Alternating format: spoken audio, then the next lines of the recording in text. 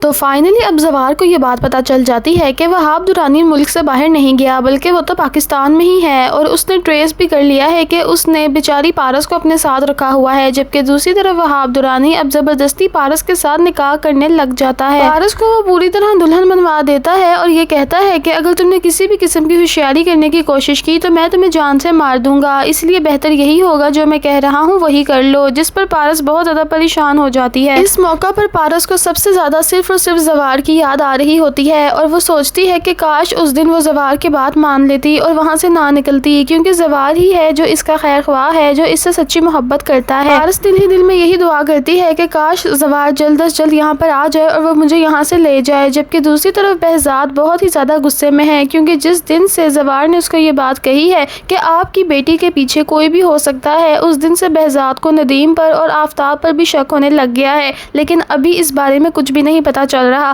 کیونکہ ندیم کی اور آفتاب کی بڑی ہی خوش قسمتی ہے کہ ان دونوں کے موبائل فون کے ریکارڈز میں ان کی کوئی بھی کال نہیں ریسیو ہو پائی جو کہ وہاب درانی کے ساتھ کی تھی۔ ان لوگوں نے بہت ہی ہوشیاری کے ساتھ وہاب درانی کے ساتھ جتنے بھی کالز پر باتیں کی تھی ان کو ڈیلیٹ کروا دیا ہوا ہے، جو کہ ریکور بھی نہیں ہو رہی۔ دوسری طرف اب پارس کو دلہن بنا دیا ہے اور قاضی صاحب بھی آنے والے ہیں، جبکہ اب زوار نے وہ لوکیشن ٹریس کر لی ہے جہاں پر وہاب درانی کا موبائل فون اس کو اسکیننگ میں مل گیا ہے۔ زوار وہاں پر جاتا ہے تو پارس کو وہاں پر بٹھا کر وہ نکاح ہی کروا رہا ہوتا ہے کہ زوار جاتے کے ساتھ ہی اس کو یہ کہتا ہے کہ یہ نکاح تو نہیں ہو سکتا اور اس پر گن تان دیتا ہے۔ وہاب درانی یہاں پر بہت زیادہ پریشان ہو جاتا ہے کیونکہ زندگی اور موت بالکل اس کے آمنے سامنے کھڑی ہے۔ زوار کو دیکھ کر پارس بہت زیادہ خوش ہو جاتی ہے اور کہتی ہے کہ مجھے پتا تھا زوار تم ضرور آؤ گے، تم کتنے اچھے ہو، جس پر وہ اس کو کہتا ہے کہ میڈم آپ جا کر باہر گاڑی میں بیٹھے، آپ کا انتظار کر رہا ہے باہر کھڑا باڈی گارڈ۔ دوسری طرف اب زوار اس کو گولی مار دیتا ہے اور جب وہ گولی مارتا ہے تو زوار کو یہی لگتا ہے کہ جیسے وہاب درانی مر گیا ہے، لیکن یہاں پر بڑا ہی شاکنگ ٹویسٹ آنے والا ہے کیونکہ وہاب درانی نہیں مرے گا،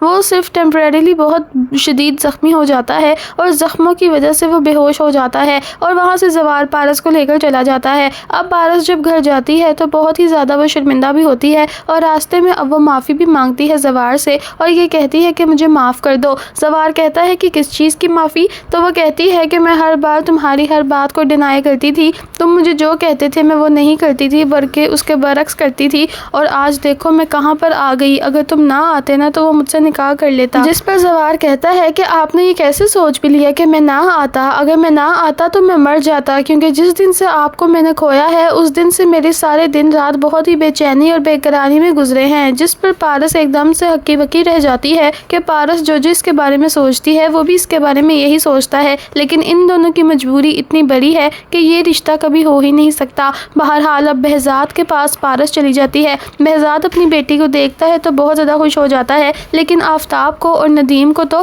جیسے کوئی آگ ہی لگ جاتی ہے دیکھ کر، کیونکہ وہ دونوں تو بڑے ہی پریشان ہو جاتے ہیں کہ یہ وہاب درانی کے چنگل سے جو کہ شیر کا منہ ہے وہاں سے پارس کو کیسے بچا کر لے آیا ہے۔ یہاں پر تو آفتاب غصے میں پاگل ہو جاتا ہے، ندیم کو کہتا ہے کہ یہ آپ کا ہی آئیڈیا تھا، بجائے اس کے کہ زوار ہماری زندگیوں سے دفع ہو جاتا، وہ مر جاتا، آپ نے تو اس کے اور زیادہ نمبر بڑھا دیے ہیں بہزاد ماموں کے آگے۔ بہزاد ماموں کو تو یہی لگتا ہے کہ یہ بہت ہی زیادہ اچھا اور دلیر انسان ہے، اب میری کیا ہی 2 ٹکے کی عزت رہ جائے گی، وہ تو یہی سمجھیں گے نا کہ میں پارس کو خود نہیں بچا سکتا تھا، اور وہ بات بھی صحیح ہے کیونکہ میں کہاں ہی اس کو بچا سکا ہوں، وہ منحوس لڑکا اس لڑکی کو بچا کر لے آیا ہے۔ جس پر ندیم ہکا بکا رہ جاتا ہے، کہتا ہے کہ مجھے یہ بات سمجھ نہیں آ رہی، اگر پارس یہاں پر ہے تو وہاب درانی کہاں پر ہے؟ اور اتنی ہی دیر میں ان کو باہر سے یہ بات پتہ چل جاتی ہے کہ وہاب درانی مر چکا ہے، زوار نے اس کو گولیاں مار دی ہیں اور وہ زندہ نہیں ہے، لیکن ان سب کو یہ بہت بڑی غلط فہمی ہوئی ہے کیونکہ وہ تو مرا ہی نہیں ہے، وہ زندہ ہے۔ یہاں پر تو ندیم بڑا خوش ہو رہا ہے کہ اچھا ہوا وہاب درانی مر گیا، ہمیں ڈھیر ساری جائیداد بھی مل گئی ہے، اور اب آفتاب کے ساتھ جب پارس کی شادی ہوگی تو اس کے حصے میں بھی جو جائیداد آئے گی وہ آفتاب کو مل جائے گی، لیکن یہاں پر ان کی بہت بڑی غلطی ہے کیونکہ وہ تو زندہ ہے اور وہ نہیں مرا۔ بہرحال اب بہزاد کہتا ہے کہ اب میں پارس کی شادی جلد از جلد آفتاب سے کروانا چاہتا ہوں تاکہ میری بیٹی کسی کے نکاح میں چلی جائے، پھر کبھی بھی کوئی اس کو نہیں تنگ کر پائے گا۔ لیکن بہزاد کی یہ بات پارس کو زوار کو بہت ہی زیادہ سیڈ کر دیتی ہے کیونکہ زوار نے کبھی سوچا بھی نہیں تھا کہ وہ کتنی زیادہ محبت کرنے لگ گیا ہے پارس سے، اور پارس نے بھی نہیں سوچا تھا کہ وہ زوار کو اتنا پسند کرنے لگ گئی ہے۔ یعنی کہ اب پارس کی اور آفتاب کی شادی کا فنکشن ہونے والا ہے اور دھوم دھام سے پورے شہر میں یہ اعلان بھی کروایا دکھایا جائے گا کہ ان دونوں کی شادی ہے۔ تو دوستوں محافظ ڈرامہ سیریل کی نیکسٹ ایپیسوڈ واقعی میں بہت ہی زیادہ دھماکہ خیز ہونے والی ہے، کیونکہ جہاں پر ایک طرف لگتا تھا کہ زوار بہت ہی زیادہ محبت کر بیٹھا ہے وہ بھی پارس کے ساتھ اور اس سے وہ کہہ بھی دے گا